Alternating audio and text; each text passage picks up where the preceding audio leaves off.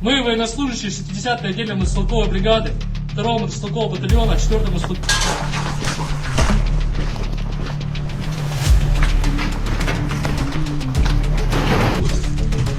А? Я даже не знаю. Да что ты, вы все не знаете, что ты не знаешь? Perang Rusia-Ukraina bukan lagi konflik singkat.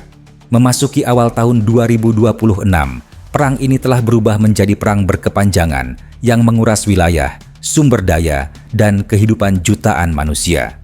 Inilah gambaran utuh perang Ukraina secara faktual, tanpa propaganda dan tanpa sensasi.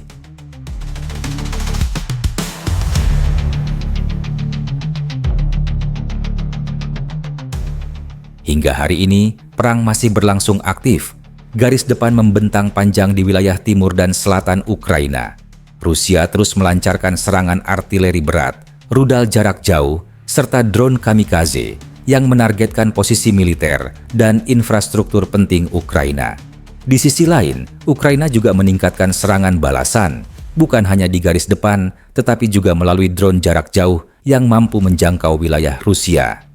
Perang ini kini didominasi oleh teknologi. Drone, perang elektronik, dan sistem pertahanan udara menjadi faktor penentu di medan tempur. Tidak ada kemenangan cepat. Yang ada adalah perang atrisi, perang yang menguras perlahan.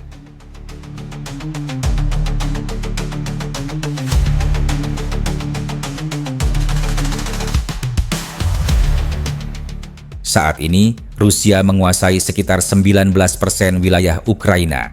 Namun, tingkat penguasaannya tidak merata. Wilayah yang dikuasai hampir sepenuhnya oleh Rusia meliputi Crimea yang telah dianeksasi sejak 2014, serta Luhansk Oblast yang kini hampir seluruhnya berada di bawah kendali Rusia. Di wilayah Donetsk, Rusia menguasai sebagian besar area timur dan selatan. Pertempuran di wilayah ini berlangsung sangat intens dan banyak kota telah hancur total. Sementara itu, di Zaporizhia dan Kherson, Rusia mengendalikan wilayah strategis, terutama di selatan, yang membentuk koridor darat menuju Crimea. Selain itu, terdapat pendudukan terbatas di sebagian kecil wilayah Kharkiv, Sumy, dan Dnipropetrovsk dekat dengan garis depan. Wilayah tengah dan barat Ukraina, termasuk Kiev dan Lviv, masih sepenuhnya berada di bawah kendali Ukraina.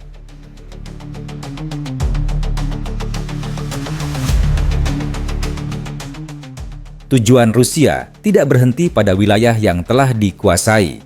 Target utama Rusia ke depan adalah menguasai sepenuhnya Donetsk dan Zaporizhia, serta mempertahankan Kherson dan Luhansk sebagai wilayah permanen. Rusia juga menuntut pengakuan internasional atas wilayah yang telah dianeksasi, termasuk Crimea. Di sisi politik, Rusia ingin memastikan Ukraina tidak pernah bergabung dengan NATO dan tetap berada dalam zona pengaruh Moskow. Dalam jangka panjang, sejumlah analis menilai Rusia berambisi mendorong garis pengaruhnya hingga mendekati Sungai Dnipro, serta melemahkan akses Ukraina ke Laut Hitam. Bagi Kremlin, perang ini bukan hanya soal wilayah, tetapi soal posisi geopolitik Rusia di dunia.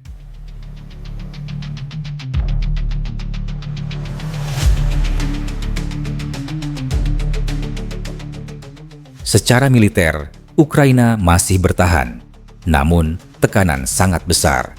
Kekurangan personel, kelelahan pasukan, dan keterbatasan amunisi menjadi tantangan utama. Secara ekonomi, Ukraina hidup dalam kondisi darurat. Anggaran negara difokuskan pada pertahanan. Perekonomian hanya bertahan berkat bantuan finansial dari Barat. Jutaan warga Ukraina telah mengungsi ke luar negeri atau berpindah ke wilayah Barat. Krisis kemanusiaan terus berlangsung. Listrik sering padam, air dan pemanas terganggu, terutama saat musim dingin. Namun, kehidupan tetap berjalan. Sekolah tetap dibuka. Transportasi tetap beroperasi. Negara ini bertahan dalam kondisi tidak normal.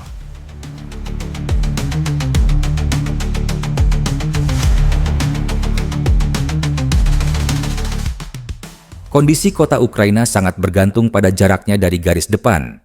Di kota-kota garis depan seperti Bakhmut dan Avdiivka, kehancuran hampir total. Sebagian besar bangunan runtuh. Kota berubah menjadi puing beton. Di kota dekat front seperti Kharkiv dan Zaporizhia, gedung apartemen berlubang peluru, jendela pecah, dan infrastruktur rusak di banyak titik. Di Kiev dan kota-kota tengah, bangunan utama masih berdiri. Namun, bekas perang terlihat jelas. Bunker dan stasiun metro menjadi bagian dari kehidupan sehari-hari. Di Ukraina Barat, kota-kota relatif utuh, namun penuh pengungsi. Gedung sekolah, hotel, dan fasilitas umum berubah fungsi menjadi tempat tinggal darurat.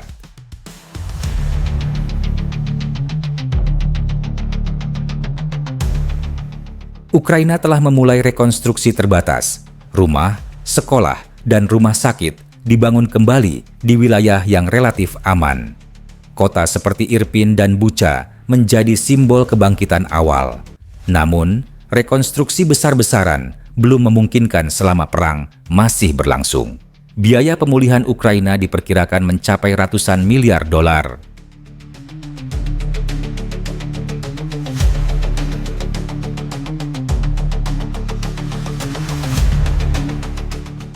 Konflik yang terus berlangsung membawa tekanan besar pada perekonomian Ukraina.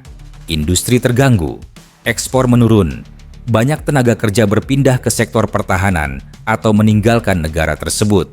Inflasi meningkat, sementara biaya hidup terus naik. Di sisi lain, bantuan internasional menjadi faktor penting untuk menjaga stabilitas ekonomi.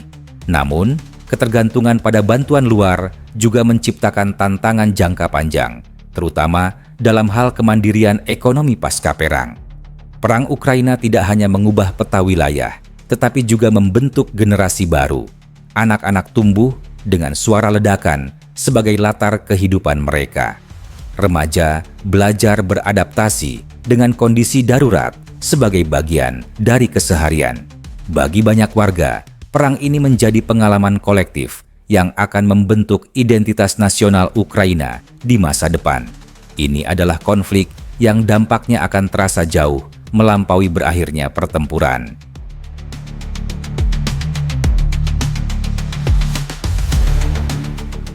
Perang Ukraina hari ini bukan hanya tentang siapa menang atau kalah. Ini adalah perang tentang wilayah, kekuatan, dan masa depan sebuah negara. Selama belum ada perdamaian yang stabil, Ukraina akan terus hidup di antara kehancuran dan harapan. Dan dunia masih terus menyaksikan